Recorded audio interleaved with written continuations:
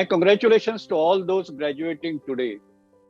A special word of appreciation for top rankers and winners of various medals and awards. The competitive world of today presents unprecedented challenges as well as opportunities for all those who wish to take them. I expect that on the basis of capability that the graduating students have acquired here at NorthCap University, you will be able to realize maximum success for yourself as well as for the country. May all your dreams be fully realized. Between the years 2008 and 2018, India's publications of science and engineering articles increased from around 49,000 to around 1,36,000, an average annual growth rate of 10.7%. The country now accounts for 5.3% of the total world's publications in science and engineering and stands at third position behind China and USA. While we have a lot of further ground yet to be covered, both in terms of numbers as well as in terms of quality, we are well on our way to become a world-class knowledge creator. One hopes that world of science would soon see larger impact of Indian wisdom arising out of research within the country. In the context of value creation, however, India at present ranks 40th on International Intellectual Property Index and stands at the 20th spot among the top 100 countries that have been ranked in the Global Startup Ecosystem Index 2021 by Startup Blink. We have thus done relatively better in a short time in the startup space. However, not all startups can be categorized as high-tech startups. While innovation does spur economic growth, we need innovations in high-tech space to become globally competitive. Something that has started happening.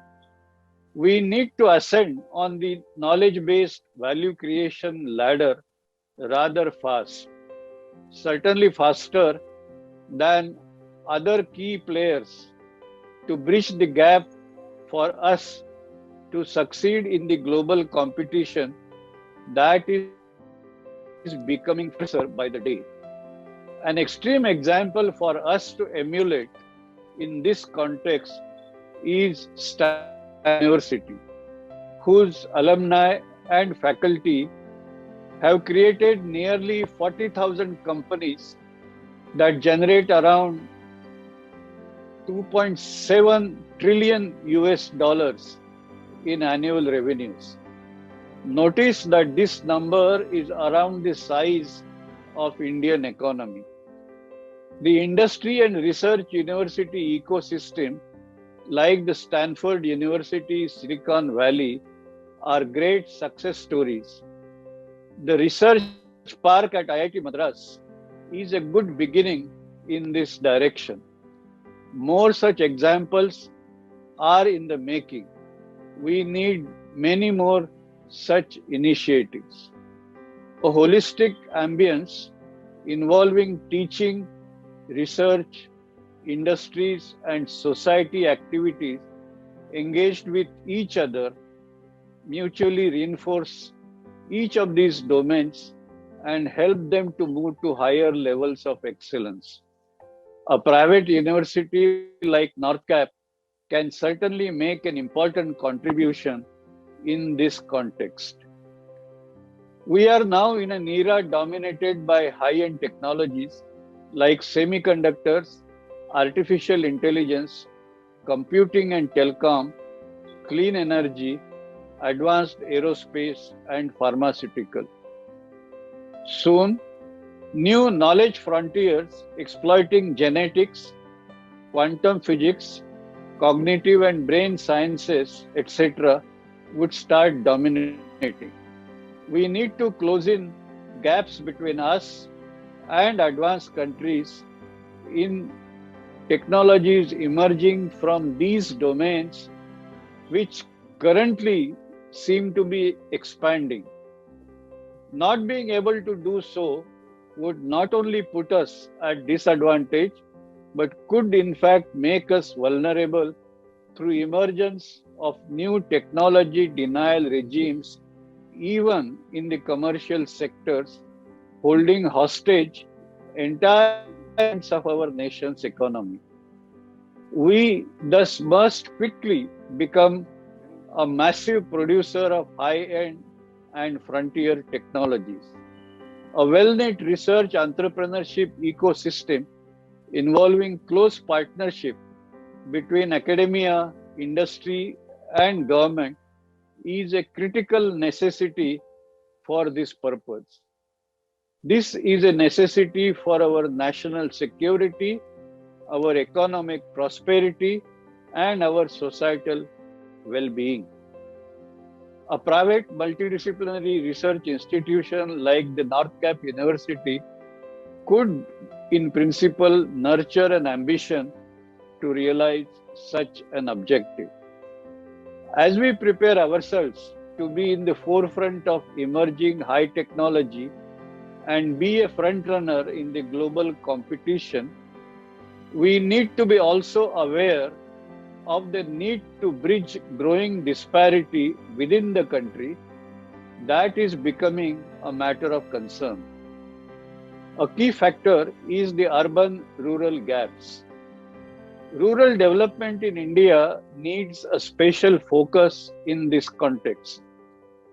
Two-thirds of India lives in villages with less than half average per capita income as compared to urban areas.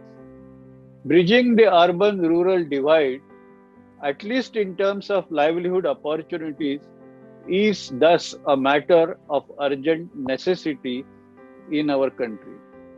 The emerging era of knowledge-driven economy that facilitates democratization and decentralization of technology-led economic activities is thus a great opportunity for transformation of rural horizon that could bridge the urban-rural divide and contribute to a major boost to Indian economy.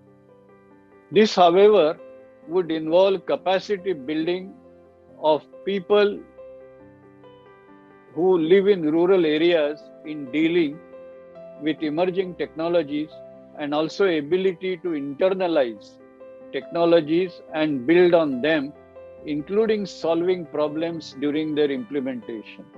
And that has to happen locally. Eventually, we should create a locally relevant innovation ecosystem that can leverage the opportunities of knowledge era. In principle, I believe one could have greater opportunities in villages rather than in cities, reversing the industrial era paradigm in the knowledge era.